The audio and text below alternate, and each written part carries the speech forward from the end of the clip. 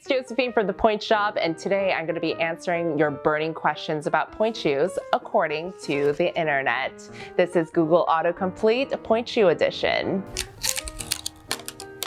Where are pointe shoes made? Ooh, that's a good question. Pointe shoes are made all over the world. There are some that come from Australia, Russia, England, some in Thailand, some in New York. So it really comes from a lot of different places. Pointe shoes are still made with people's hands. There is some artistry that goes into the pointe shoes, so you definitely have to have a very long period of training before you're able to make pointe shoes. But it's made all over the world, depending on what brand. Where were pointe shoes invented? This is a little bit of a controversial question because we don't know what exactly was deemed as a pointe shoe. So the person who is credited for wearing the first pair of pointe shoes in a full ballet production is Marie Taglioni. She's Italian, but I believe she was at Paris Opera when she danced her first full ballet on pointe. It wasn't actually the pointe shoes that you see today. And she was only able to go up on pointe just for a moment. She wasn't doing 32 fortes on it. So it is a controversial, kind of like a muggy gray area, but I would say that the safest answer is Marie Taglioni in Paris Opera. Where to buy pointe shoes? The Pointe Shop, duh.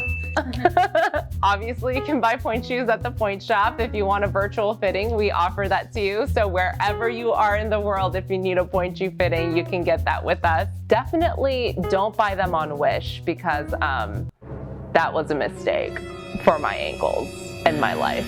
Just generally bad life decisions. What happens if pointe shoes get wet? They die. Pointe shoes plus water, no. It's made with lots of different materials pressed together and it's held together by glue. So if you put it in water, it disintegrates. Same reason why if you sweat a lot, you should make sure to dry out your pointe shoes because it will kill it faster. That's if you are wearing a traditional shoe. If you're wearing a Gainer Minden or an Electra that's made out of synthetic material, it probably won't do as much damage. But I still wouldn't throw it in the washing machine if I were you.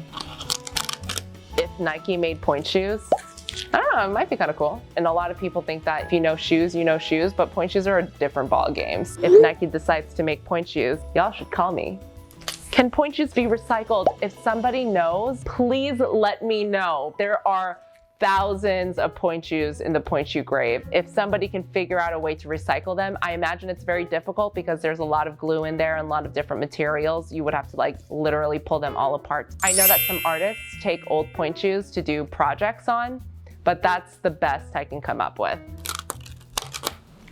How to tell if pointe shoes are dead? Everyone's dead point is different. One person's brand new shoe might be already dead to another person. So it just depends on your own strength and your weight and your ability to support yourself. If the shoe is too difficult for you to get up on pointe, or if it's too difficult for you to stay on pointe, if something is excruciatingly painful, if you start to feel like you're falling into your shoe, that probably is a sign to get new pointe shoes. How to tell if your pointe shoes are too small? This is actually a really good question too. You think that this would be like a straightforward answer, but it's not. If it's too small lengthwise, you'll probably feel it both in your heel and your toes. If you just feel like your heel is really tight, that might mean that your width is a little bit too narrow because you're getting pushed back towards your heel instead of your toes. So really think about where your toes are and if your toes are curling or overlapping or pressing against the box. If it generally doesn't feel very good when you're standing flat, that means that your shoes are too small for you. What to do if your pointe shoes are too big? You don't want to wear pointe shoes that are too big because your feet are sliding around. Your pointe shoes need to be fitted like a cast, like nothing should be moving inside your shoes. So if you feel like it's way too roomy, then that means that you should get a tighter fit. Or if you're in between sizes, and this happens quite a bit, I would suggest maybe changing your padding to accommodate that fit.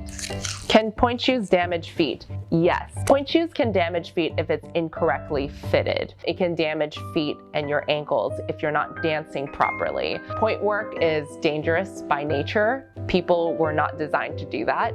So it has to be fitted properly, and you have to have the right technique and the right skill level and the right strength in order for you to dance on pointe. If not, then you will damage everything. Can I buy pointe shoes for fun? No.